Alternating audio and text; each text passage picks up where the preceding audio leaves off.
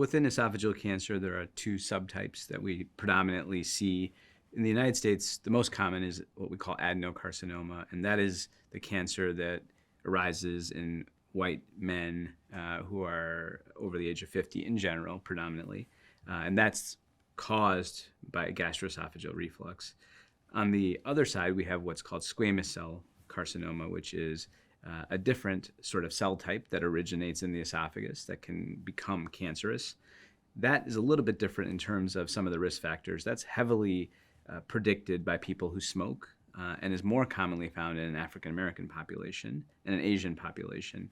This is one of the reasons why it's not as common in the United States and more common throughout the world.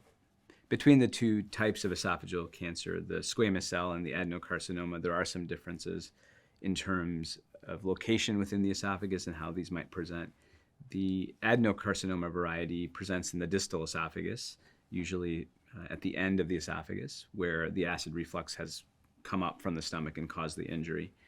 The squamous cell variety tends to happen more in the top or proximal part of the esophagus and tends to be even more noticeable for patients at an earlier stage or time point because the sensation of swallowing becomes limited.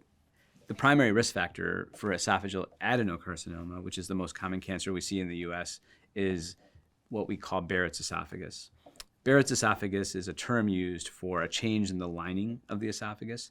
So typically the esophageal cells that we see when they're exposed to lots of reflux or stuff coming up from the stomach, they can not only get inflamed, but they change into a different cell type. And essentially under a microscope, they look like a small intestinal cell.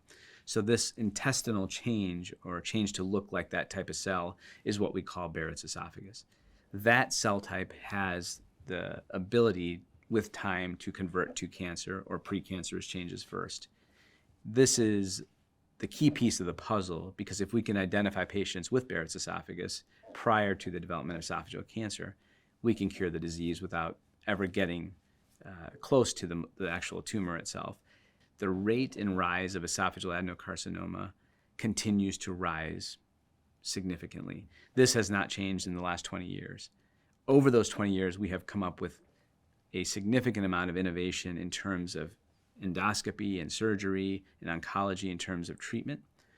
Endoscopically or using the scope, we can cure Barrett's esophagus almost 100% of the time. You may ask now, well, why haven't we changed the incidence of esophageal cancer? And the answer is we just can't find patients who are predisposed to it. So the call to action here for all of us in the field is really pushing these screening technologies forward to identify patients who might be at risk and who have conditions like Barrett's esophagus.